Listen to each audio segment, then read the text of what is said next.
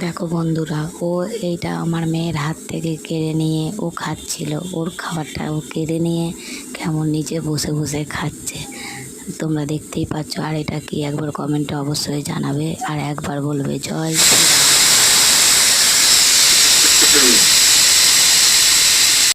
দেখো বন্ধুরা, আমার মেয়ের হাত থেকে কাড়িয়ে নিয়ে ও নিজে কেমন খাচ্ছে, তো অবশ্যই জানাবে এটা কি, আর কমেন্টে একবার বলবে জয় শ্রীরাম। আর শুভ সকালের শুভেচ্ছা রইল।